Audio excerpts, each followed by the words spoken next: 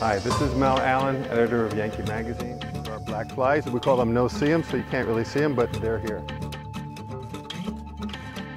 Yankee. I got to crawl into a bear den in Baxter State. They're little funky little beaks, and there's a shipwreck from the late 1800s sitting right. It was interesting. Hi, I'm Mel Allen, Yankees editor, and summer is just about here. That's proof. These are our black flies. We call them no-see-ums, so you can't really see them, but they're here. And our May-June issue is always devoted to travel, and we have probably 250 of our best, and we have 120 events to go to, but even I find that a bit dizzying.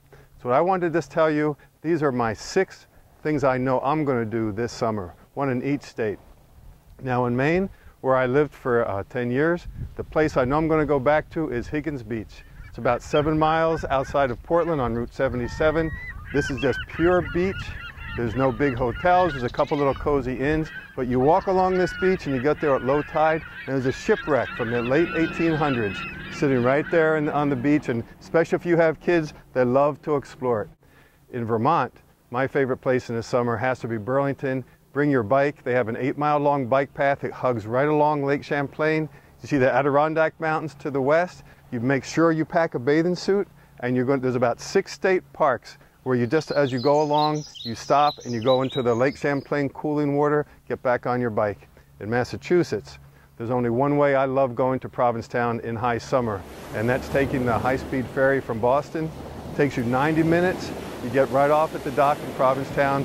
You avoid all that congestion on Commercial Street. Again, either bring your bike or rent a bike, and you spend the whole day in Provincetown unencumbered by worrying about a parking spot. Take the ferry back at 7:30 at night, and you're right back in Boston.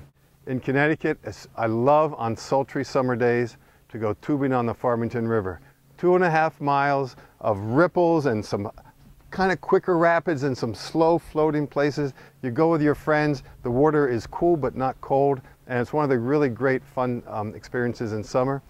In Rhode Island, I always make sure every summer that I take in one full water fire performance. When I say performance, it's really a living sculpture. It's been 15 years that they've been doing this in Providence, and it is one of the most memorable things I've ever done in New England. You go there at twilight, and there's going to be 100 bonfires lit along the rivers in Providence, and you see all thousands of people walking along. They have this incredible music system playing, and you feel like you're transported into a whole nother place. It's not New England, it's not even America, it's just its own special living sculpture called water fire.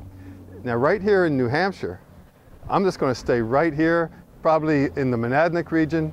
There's the second most climbed mountain in the world. I can almost see it from where I'm standing here. It's Mount Monadnock.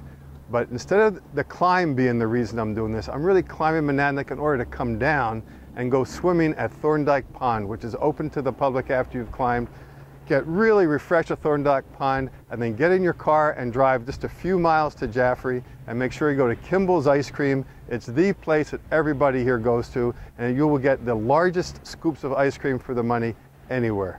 These are my favorites that I'm going to do this summer, but there's so much about New England that you can explore. What makes New England special is how compact we are. You can go from mountains to ocean in just an hour or two, so be sure to go to our website, yankeemagazine.com/travel, and have a wonderful summer. This is Mel Allen.